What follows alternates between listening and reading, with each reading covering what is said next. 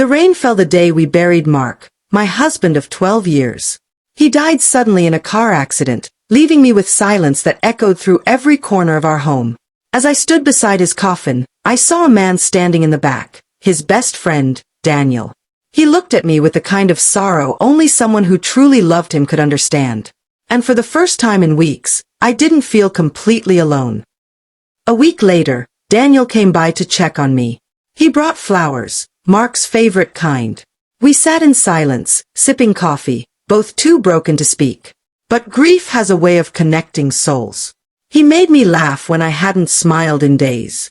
And when I cried, he didn't say anything, he just stayed.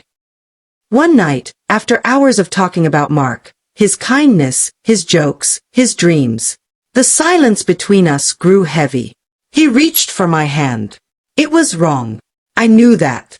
But grief blurred the lines between love and loneliness. When he kissed me, it wasn't passion, it was pain looking for comfort. The next morning, I woke up before sunrise. The air was heavy, the kind that feels thick with things left unsaid. Daniel was sitting on the couch, staring at the floor, his hands trembling. Neither of us knew what to say. What do you say after you've crossed a line built on loss? I'm sorry, he whispered.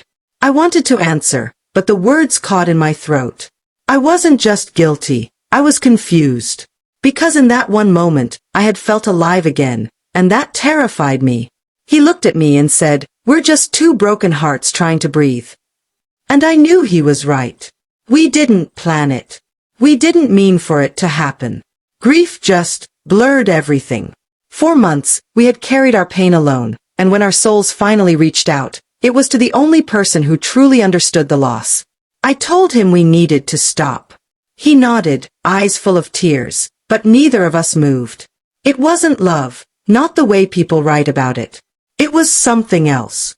A quiet desperation, born out of the pieces Mark left behind. And when he finally walked out that door, the silence he left behind felt even louder than before. Months later, Daniel told me he was moving away. He said he needed to start over, without guilt, without memories. I watched him walk away, the same way I watched my husband's coffin disappear. Knowing love doesn't always come at the right time.